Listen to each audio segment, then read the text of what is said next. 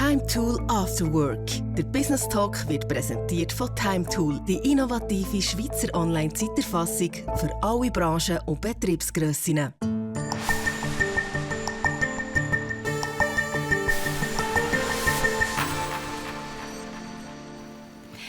Bienvenue dans TimeTool After Work, le Business Talk. Il a une discipline de fer, c'est son talent et son grand atout dans la vie, mais il a dû apprendre à s'en servir. J'ai le plaisir d'accueillir Joël Pauly, le CEO du groupe Nourrissa, basé à Bienne. Bonsoir. Bienvenue. Merci. La discipline, c'est le fil rouge de votre vie. On va aller tout de suite dans le concret. Aujourd'hui, comment est-ce que votre discipline va guider votre journée ? Alors, quand je me lève tous les matins, j'ai pris l'habitude depuis plusieurs années de finir ma douche par 40 secondes d'eau gelée. Et ça fait partie de mes habitudes que je prends. On n'a pas envie de le faire tous les matins, mais je sais que ça me fait du bien et mes journées commencent avec cette discipline-là. Et comment est-ce qu'elle se termine ? Elle se termine généralement le soir où j'essaye d'avoir mes affaires. Ma dernière discipline, c'est que mes habits du lendemain sont préparés tous les soirs.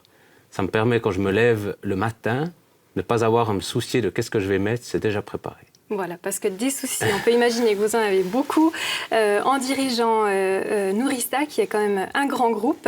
Nourrissa s'occupe de ravitailler les entreprises en snacks, en boissons, en café, en corbeilles de fruits.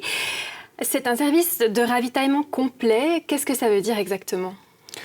Ça veut dire que notre société, elle s'occupe de fournir aux collaboratrices et collaborateurs sur le lieu de travail tout ce qu'ils ont besoin pour leur pause. Des cafés, de l'eau, des encas, pour une restauration rapide. Et on le fait dans toutes sortes d'entreprises, que ce soit des petites entreprises de 1-2 personnes, où on fournit essentiellement du café, que ce soit en grains, en capsules, etc., jusqu'à des grands groupes où on fournit des solutions opérationnelles 24 heures sur 24 pour des usines qui tournent la journée et la nuit. Ce domaine de la restauration d'appoint, qu'est-ce qui vous plaît là-dedans ? Ce qui me plaît, c'est que on est en contact avec les entreprises. C'est un domaine totalement différent que d'être en contact avec des consommateurs privés. Dans le B2B, comme on appelle, avec nos clients, il y a une relation de confiance qui s'établit. Et on ne vend pas que des actions ou des promotions, on est en contact avec des personnes. Et c'est là que j'ai appris ce qu'était réellement une relation d'affaires. Et dans une relation d'affaires, on peut dire à l'ère du digital, à l'ère des contrats, à l'ère de tout ce qu'on veut, une poignée de main, ça a de la valeur. Et ça, c'est ce que j'aime le plus dans mon travail, c'est la confiance qu'on peut établir avec nos partenaires. Et le contact direct. Ouais. En quoi c'est une activité lucrative ? À quel moment vous gagnez de l'argent ? On gagne de l'argent parce que lorsque les collaboratrices ou collaborateurs consomment à nos distributeurs, ils payent ou la société subventionne ces consommations. Votre principal concurrent, c'est Selecta, une entreprise suisse qui a été rachetée par les Américains. Vous avez quelle position sur le marché suisse dans la restauration de l'appoint ? Je dirais qu'on est un leader régional. Ça veut dire qu'on opère dans plusieurs régions en Suisse et on essaye dans les régions où on opère d'avoir une position assez concentrée. Ça vient en fait de bouche à oreille. Si vous faites bien votre travail dans un domaine comme je dis, on est actif dans le B2B, ça parle d'entreprise en entreprise, si le service est bon, si vous répondez aux appels, si vous faites à peu près correctement ce que vous devez faire. Et si vous êtes honnête dans votre relation, ça parle beaucoup. Vous savez, on dit qu'il faut 10 ans pour bâtir une réputation, mais elle peut être cassée en 1 seconde. Et ça, c'est très important. Et on peut tous faire des erreurs, mais une relation de confiance, c'est pouvoir admettre ses erreurs et les réparer aussi dans les affaires. L'entreprise a 62 ans, 3000 clients aujourd'hui, 170 collaborateurs, des clients en Suisse donc. C'est en Suisse que vous êtes actif.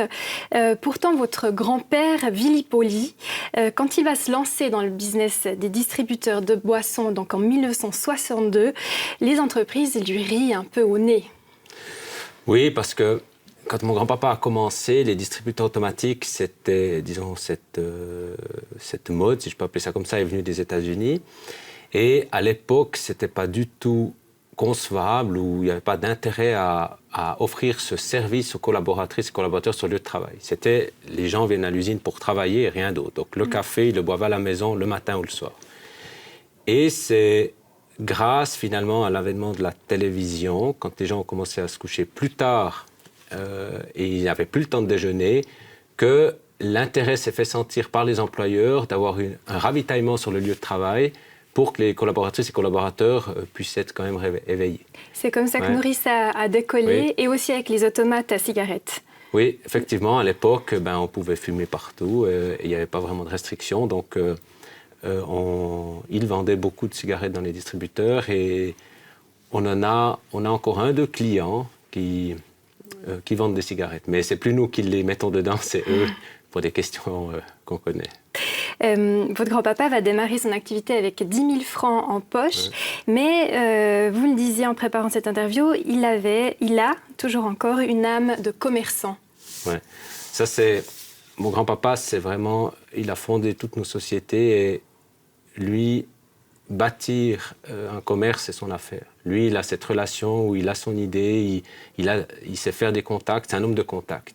Et dans tout ce qu'il entreprend aujourd'hui, il a des contacts où il tisse une relation de confiance avec tout le monde. Et ça finit pratiquement toujours en amitié.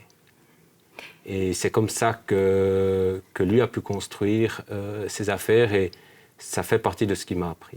Et on peut imaginer que sans le soutien de sa femme Gabi, votre grand-maman, ça aurait été difficile. Hein. Ouais. Elle a aussi beaucoup aidé. Effectivement, ça, il a toujours dit que tout ce qu'il a bâti, c'était grâce au soutien de son épouse, qu'il l'a soutenu dans le risque qu'il a pris, qui a accepté d'avoir beaucoup de charges à la maison. Il avait quand même 2 enfants en bas âge quand il s'est lancé et qui l'a soutenu ensuite dans la préparation diverses, comme de la comptabilité, comme préparer les commandes, vraiment comme aide. Et c'est ça la force d'une entreprise familiale, c'est d'avoir le soutien infaillible de ses proches. Et ils préparaient ensemble le lait et le sucre pour aller remplir les automates à café, notamment à la maison. En 1985, c'est votre papa, Pascal Pauly, qui va reprendre les rênes de l'entreprise. Qu'est-ce qui va insuffler à l'entreprise ? Mon papa, il a largement contribué au développement de l'entreprise. Elle est passée d'une petite entreprise à une entreprise moyenne.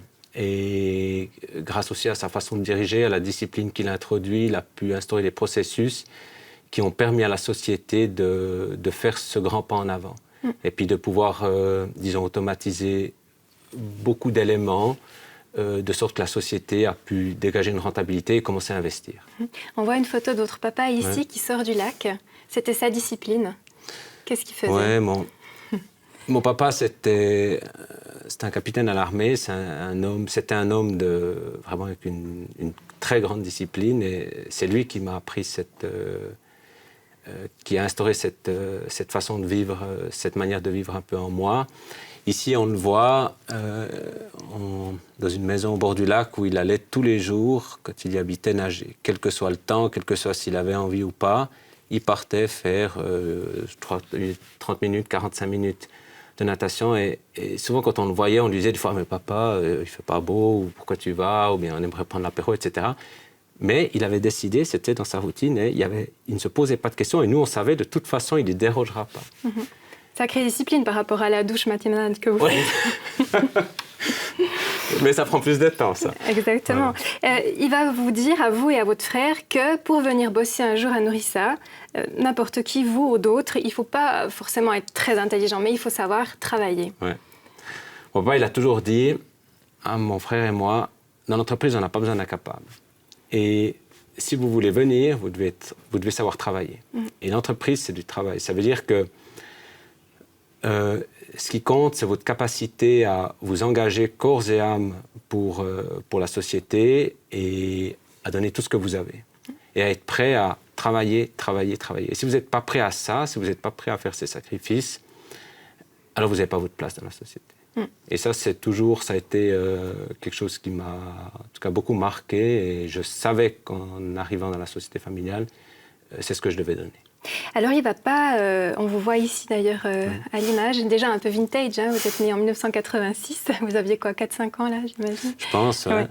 Il ne va pas vous mettre forcément la pression pour faire de grandes études, mais vous allez en faire et c'est à cause notamment d'un électrochoc que vous avez eu suite à une discussion avec un professeur.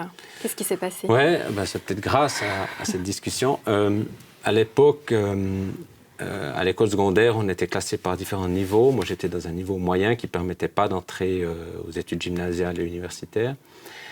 Et puis, une fois, quand le prof nous demandait ce qu'on voulait faire dans la vie, j'avais dit que je n'avais pas vraiment d'idée. Puis j'avais dit, ouais, je reprendrais peut-être la société familiale. Et là, il m'a dit, ah oui, mais toi, non, avec ta formation, tu seras plutôt employé de commerce. Et l'électrochoc que ça m'a fait, c'était pas pour moi dénigrant d'être employé de commerce, mais c'est là que j'ai réalisé que si je ne faisais pas ces études, je n'aurais pas la capacité de choisir ce que je veux faire. Et ça a été mon électrochoc, où je me suis dit, Joël, si maintenant tu vas avoir toutes les portes ouvertes, ton avenir, il se joue maintenant, là, à l'école secondaire. Et ça, j'en avais pas conscience. J'étais pas un bon élève à l'école, j'aimais pas vraiment travailler, j'avais pas des très bonnes notes, c'est pas mon élément. Mais à ce moment-là, je devais peut-être avoir, je pense, 14 ou 15 ans, je crois. C'est là que j'ai réalisé que j'avais pas une intelligence supérieure à la moyenne, mais j'ai réalisé que j'avais des capacités à travailler. Et c'est là que j'ai commencé à vraiment travailler pour... Et à découvrir cette fameuse discipline. Ouais, ça vous a étonné de vous-même, en fait? Ça m'a étonné parce que c'est la première fois où je m'étais lancé... Tout a commencé en me disant, si tu veux y arriver, tu dois passer des examens pour arriver au gymnase. Et ça, c'était vraiment l'épreuve de ma vie. C'est grâce à ces examens-là, et finalement, je remercie le destin de ne pas m'avoir mis dans un niveau où j'aurais passé sans examen, parce que c'est là que j'ai appris à travailler. J'ai passé toutes mes vacances à travailler, et je le faisais avec plaisir. Une vraie motivation. Ouais, j'avais une vraie motivation. Et ça, c'était nouveau. On vous voit ici, la motivation, elle n'est pas tellement grande pour faire la cuisine. Par contre, la vaisselle, ça vous acceptez. Oui, c'est une bonne répartition des tâches. Moi, je ne suis pas fort en cuisine. J'aime bien manger, mais je ne sais pas vraiment cuisiner. J'aimerais bien, mais moi, je me dis toujours, on aime ce qu'on fait bien. Et je ne cuisine pas bien, alors je ne l'aime pas. Mais je suis toujours disponible pour faire la vaisselle, et ça, j'aime bien. Je trouve aussi ce qui est gratifiant de faire la vaisselle, c'est que vous arrivez dans une cuisine qui est sale, et 20 minutes après, vous voyez le résultat. Ça, je trouve que c'est gratifiant. Ça fait partie des petites choses où on peut se dire, j'ai réalisé quelque chose, et ça se voit. Exactement. Et puis, vous avez aussi, parfois, vous aimez aussi sortir de votre zone de confort. Il y a une photo de vous, adolescent, où on vous voit chanter à la chorale. Et puis, là, alors, c'était pas forcément votre dada non plus, le chant. Mais c'est un petit peu la discipline artistique que vous avez pratiquée.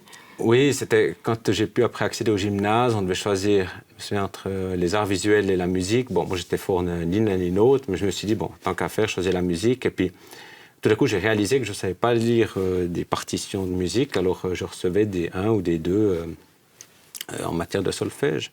Puis je me suis dit, ah, mais non, de Dieu, ça va te permettre, ça va pas te permettre de passer l'année, c'était une mauvaise note comme ça. Alors je me suis dit, bon, en musique, il y a les partitions, je ne saurais pas faire ni les instruments, mais je vais apprendre à chanter. Alors je me suis mis dans une chorale, et ça m'a permis d'avoir des meilleures notes. Mais vous n'allez quand même pas faire d'études en art, vous allez vous diplômer en économie à Lausanne et en expertise comptable. C'est là que vous rencontrez votre femme Pauline Pauly, qui est aussi experte comptable et politicienne. Vous avez 2 enfants avec elle de 5 et 4 ans à la maison. Est-ce que ça marche à la baguette? Il faut. Je ne sais pas si ça marche à la baguette, mais disons qu'on a une grande organisation avec ma famille. Ma femme et moi, on est très coordonnés. On est d'accord. Avant de fonder une famille, on s'est mis d'accord sur nos principes de vie, sur nos valeurs surtout, et comment on voulait élever des enfants, dans quel environnement on voulait les élever. Et une fois que les enfants sont arrivés, ça s'est passé tout seul. Et je dois dire que oui, il y a des moments qui sont plus ou moins faciles, comme dans toutes les familles, mais dans l'ensemble, ça nous a donné une telle force qu'on se dit toujours qu'à nous deux, on peut tout réussir. Vos enfants ne vont pas connaître votre papa, leur grand-papa, pardon, qui va décéder en 2012 des suites d'un burn-out. Il se prend la vie. Vous aviez 26 ans à cette époque. Et vous décidez quand même, 1 an plus tard, d'entrer chez Nourrissa. Oui, Le décès de mon papa, c'était soudain. Ça a été c'était un très grand choc pour nous, pour l'entourage, pour tout le monde. On ne s'attendait pas.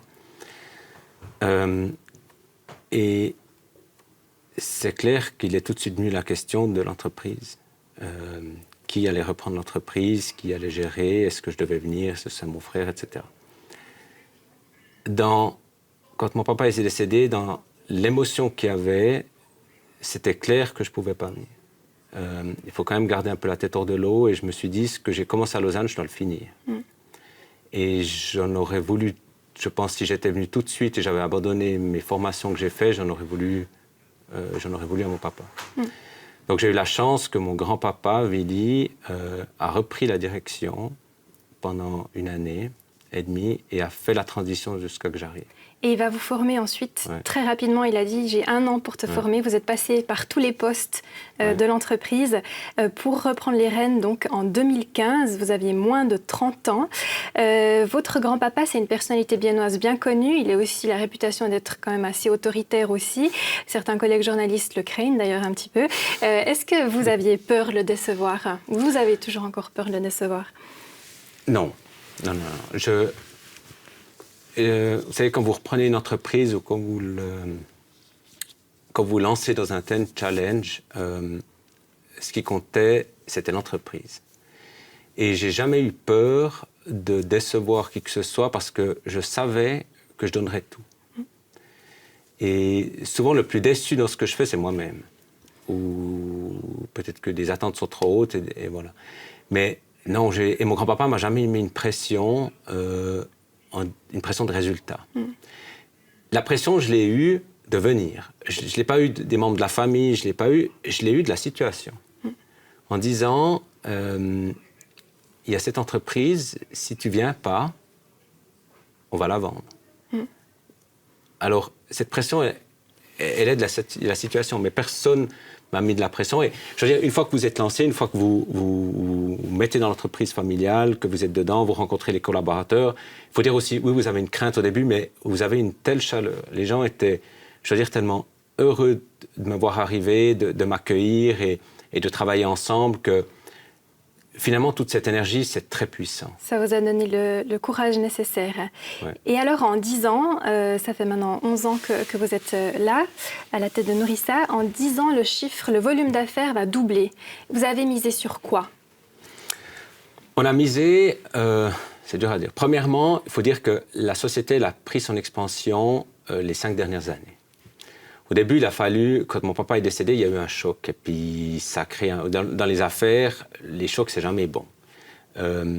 Parce que les clients ne savaient pas si l'entreprise allait continuer ou pas. Alors, mon grand-papa a vraiment permis de stabiliser la situation. Mais à un moment donné, quand je suis arrivé, il a fallu que je prenne connaissance du business. Et puis, moi, en tant que leader de la société, avant de donner les impulsions, je devais connaître. Je devais connaître le business, je devais prendre confiance en moi. Et cette confiance en soi, elle ne vient pas tout de suite. Elle prend un moment. Et une fois que j'ai eu confiance en moi, une fois que j'ai eu confiance en mon équipe, et que mon équipe a eu confiance en moi, c'est surtout ça, là, on a pu mettre en place nos idées, et elles ont pu se concrétiser. Et qu'est-ce qu'il y a eu comme grande idée innovative qui vous a fait avancer? Disons, voilà, ce qu'il a fallu déjà, c'est ne pas avoir peur d'aller desservir des plus grands clients, ne pas avoir peur de sortir de nos régions. Parce que mon papa avait délimité des régions où il ne sortait pas et parce qu'il disait trop grandir, il y a un risque. C'est vrai, plus on grandit, plus on a un risque qu'une société, elle manque de cash, il y a trop de ressources utilisées, puis tout d'un coup, vous passez en faillite. Et moi, je n'avais pas ces barrières-là. Donc, j'ai pu, peut-être c'est aussi du fait de ma formation et de mon expérience avant où j'ai travaillé dans des grandes sociétés où je me suis dit, bon, notre terrain d'affaires, c'est la Suisse. C'est plus la région, c'est la Suisse. Puis ensuite, ben voilà, au fur et à mesure, quand vous prenez connaissance du métier, vous vous dites, ben, comment on va innover? Et l'innovation, elle peut être dans les processus, elle peut être dans le service, elle peut être dans l'offre de produits. Et on a beaucoup travaillé dans notre offre de produits et services. On s'est dit, on va amener sur le lieu de travail des valeurs ajoutées pour les collaboratrices et collaborateurs. C'est-à-dire, un exemple? C'est-à-dire qu'on a introduit, par exemple, le lait frais. Dans les entreprises, c'était beaucoup de café instantané, café en grains, mais le lait frais, c'était un sujet très sensible parce qu'il va falloir l'entretenir tous les jours, qu'est-ce qui se passe s'il périme, etc.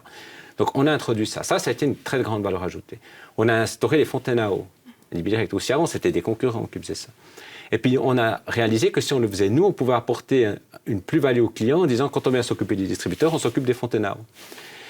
Et ça a été au fur et à mesure ça. Mais ce qui a permis notre croissance, c'est de dire, on augmente notre offre de produits et services, mais on ne fait pas de compromis sur le service qualité. Et ça a été le grand challenge. Et c'est grâce à ça, c'est grâce à notre qualité qu'on a pu aller de l'avant. Vous passez par contre par une période de grande déstabilisation qui a été le cas pour plein d'autres entreprises. C'était donc le Covid. Vous perdez 80% de votre volume d'affaires en 4 jours. Vous êtes passé là à 2 doigts de l'épuisement professionnel. Comment vous êtes relevé? Je ne sais pas. Je ne sais pas comment je n'ai pas chuté. Quand il y a eu le Covid, il faut dire, voilà, moi je suis aussi jeune entrepreneur, c'était ma première grande crise. Et je me disais, regarde tes chiffres, regarde ta situation, tu vas mourir. La société va mourir.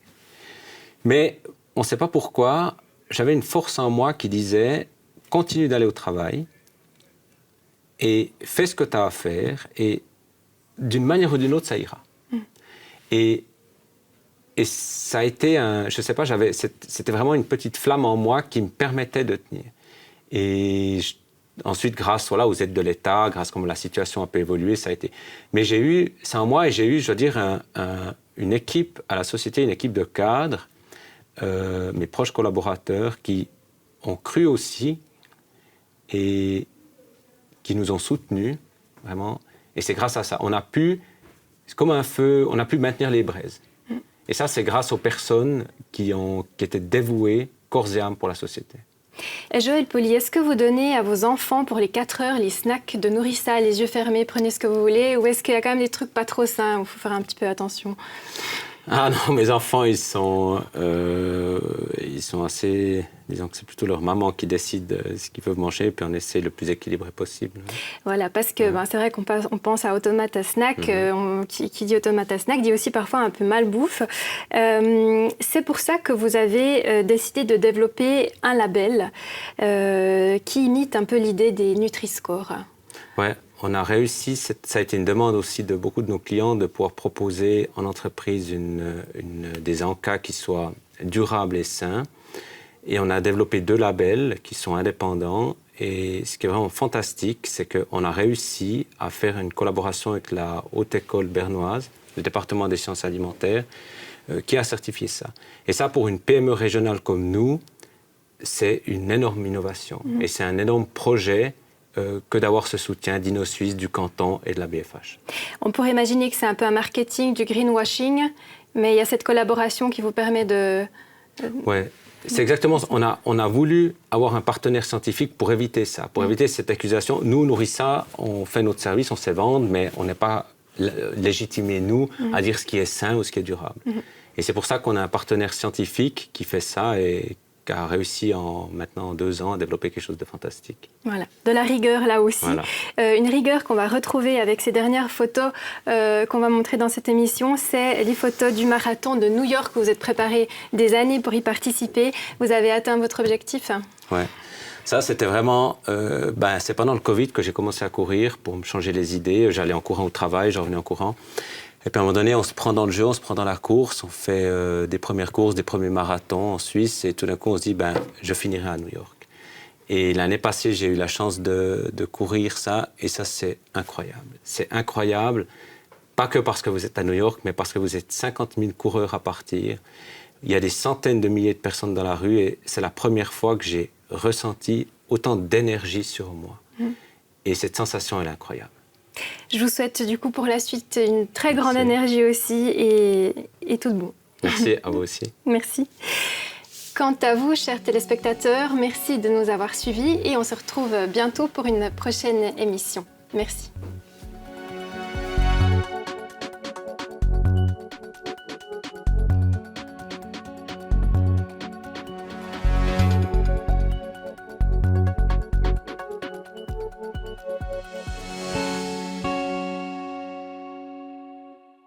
Time Tool After Work. Der Business Talk ist präsentiert worden von Time Tool, die innovative Schweizer Online-Zeiterfassung für alle Branchen und Betriebsgrössinnen.